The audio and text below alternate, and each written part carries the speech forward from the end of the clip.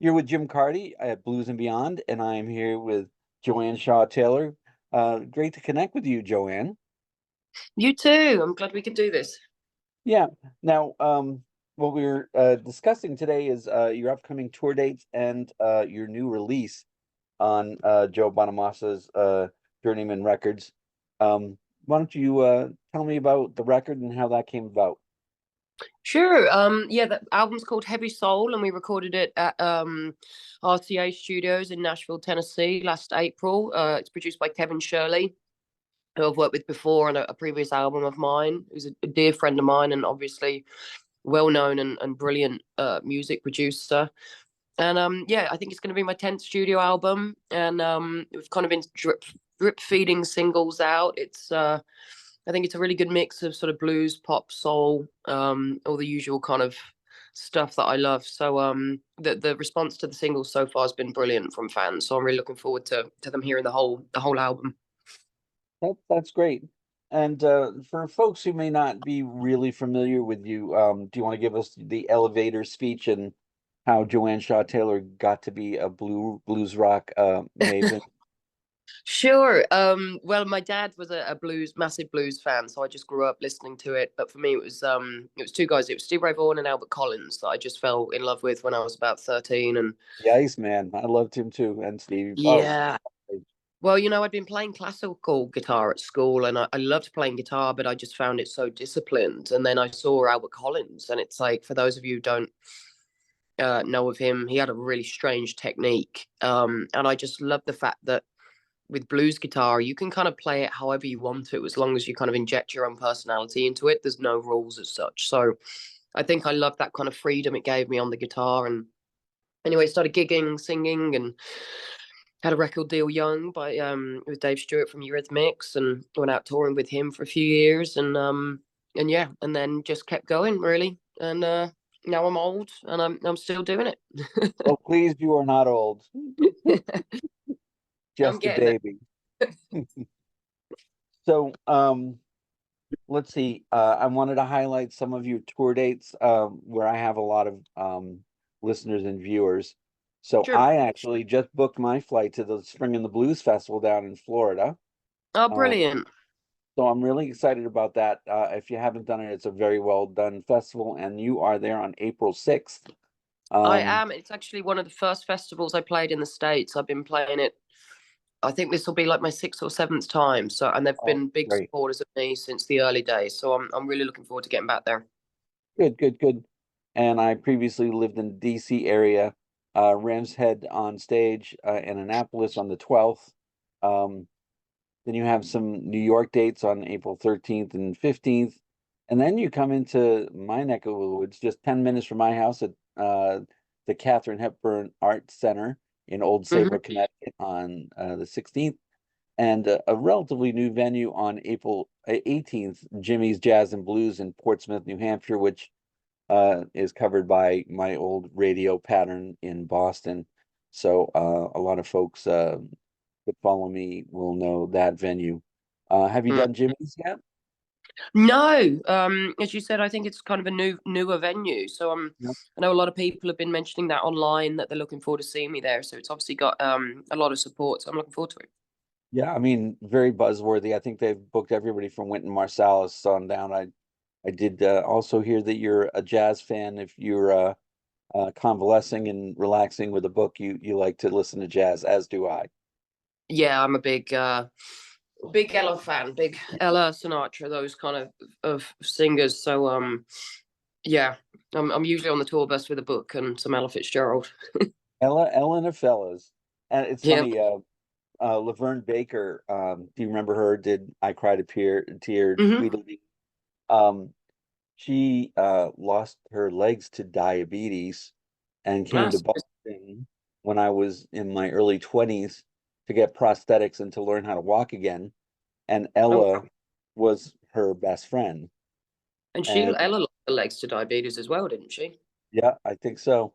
Yeah. And so when we had Laverne in studio, the person who kind of brought her to town, Sue Eau Claire, PR person, said, "Hey, would really like you to help me take her to her doctor's appointments and go visit her occasionally.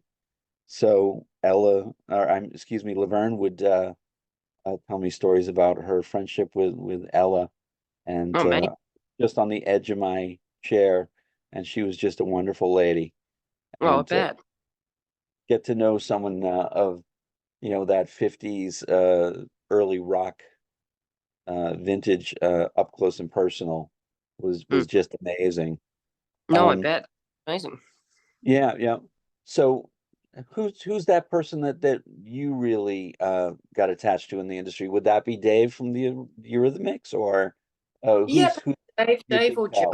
Joe. Joe's been a really, really good friend of mine for a long time now, and obviously I'm on his label now, and he's produced a few albums for me. So yeah, I guess that's probably my buddy in the industry.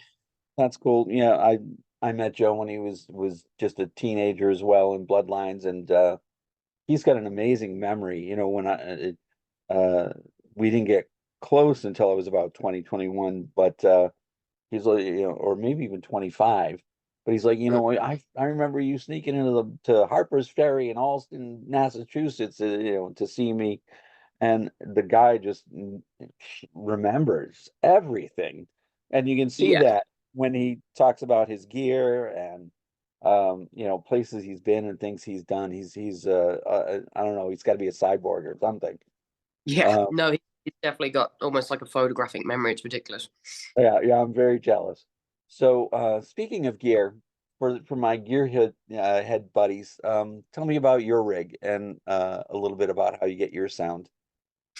Sure. Well, my main guitar, Junior, is a 1966 Esquire. And the amps at the moment, I've got two 1962 Fender Bassman piggyback style amps.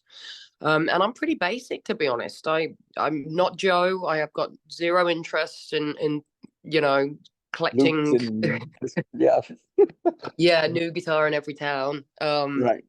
And in my pedalboard, it's pretty simple. It's a reverb pedal and a tube screamer and a tuner. So yeah, I like just. I mean, I love that guitar. It's the extension of me, and that straight into a nice old Fender Tweed is pretty much all I need. To feel like I can do what I got to do every night. So yeah, I keep things pretty retro and basic. That's great. I think when I got hooked on being one of your devotee fans was when I saw you with Devin Allman's Allman Revival, which is now the Allman Oh Betts yeah. Revival. Can you tell me a little bit about what it's like to go out with a crew like that? Larry McRae is a good friend, so I've gone on tour with Larry for stretches on the Allman Betts Revival, and it's just a ball, the groups that go out. But I want to hear your perspective of what it's like to do that. Yeah, I mean it's great fun. I mean it's easy, you go out, you Yeah, tour every night, you do a song or two, and you've got like 50 mates out there, yeah, it's Um, great. yeah, the tour I did was particularly good fun because there was a lot of women on it. The River Kittens, Sam Fish was out, Lily Hyatt.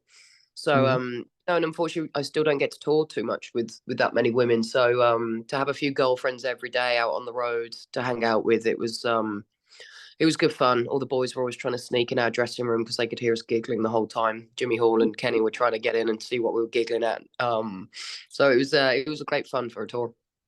Yeah, I get a kick out of visiting with Jimmy Hall this time around. He's really cool. I actually called up his Capricorn label mate James Montgomery, who's a buddy of mine, and they hadn't spoken in decades, and they were chatting away like a sewing circle. So that was fun to be a fly on the wall.